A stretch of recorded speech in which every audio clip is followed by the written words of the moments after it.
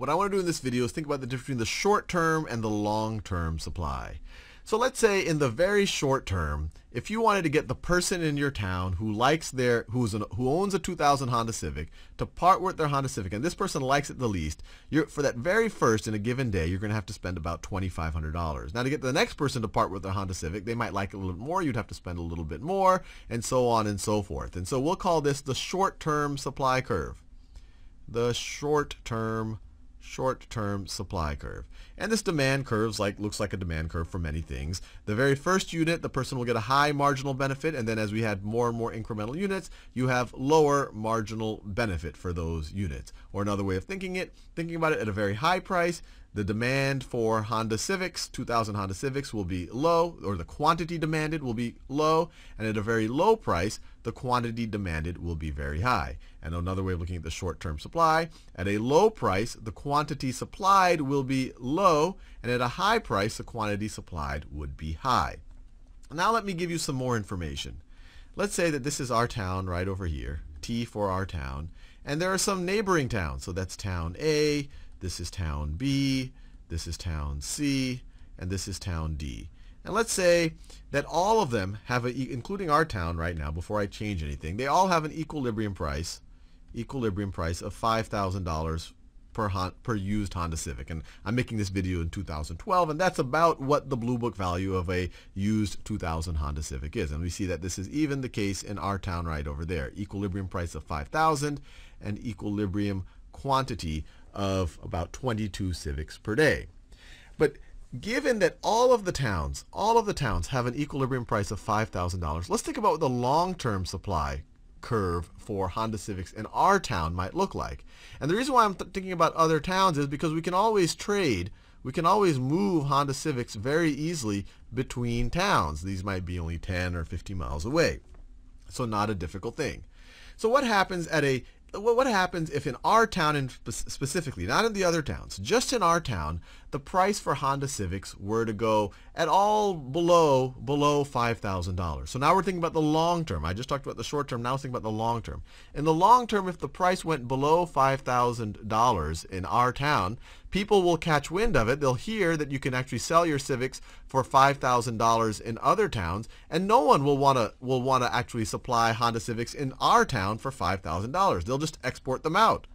They'll export them out to neighboring towns where they can get more money for them. So in the long term, if the price were to be anything lower than $5,000, the quantity in our town would get pretty close to zero.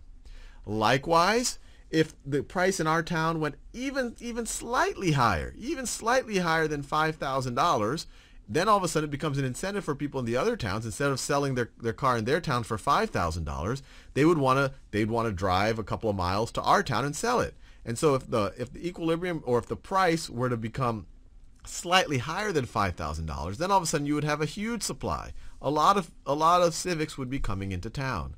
So our long-term supply curve would look something like this. In a lot of books, I drew it as very slightly upward sloping. In many books, they'll just be purist about it, and they'll just do a horizontal, perfectly elastic curve. And this is a reminder. What does elasticity mean?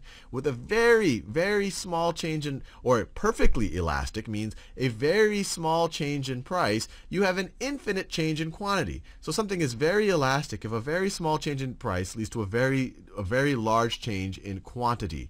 And so this is approaching perfect elasticity, or you could almost say that the absolute value of the elasticity is approaching, the elasticity of supply here is approaching infinity. And this is interesting because now we can do an interesting thought experiment. Let's say, so this is our short-term supply, and this is our long-term supply. What happens over many days when people catch wind of the prices in neighboring towns, and there's some time for people to move cars from one town to another.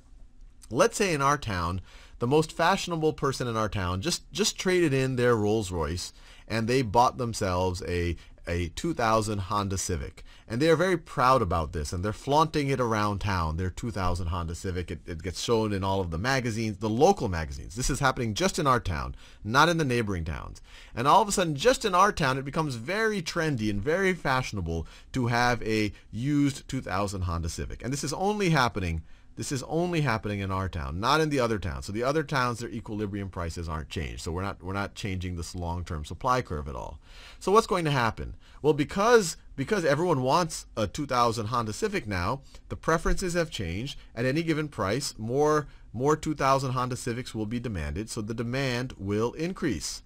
The demand will increase. So the new demand curve will look something like this. It will shift to the right. So in the short term, before any Honda Civics have time to be shipped here, before anyone in the other towns catch wind of the new equilibrium price, in the short term, the equilibrium price will move up. And that makes sense because people will be eager and they'll just buy whatever's in town. So the equilibrium price will move up to $5,500 per Civic, and the equilibrium quantity will go up. Though many of the people who have them, maybe they're willing to part with it now. And you have more people now, more of the moneyed, trendy people who are willing to pay for it now. But what's going to happen in the long term? People in the neighboring towns are going to catch wind that you can sell your Honda Civics not for $5,000, but for $5,500 because for some strange reason it's a very trendy car in this town right over here. So over the long term, the price is going to go back to where the new demand curve intersects with the long-term supply curve. So over time, it's going to shift back to this point right over here, to the long-term supply.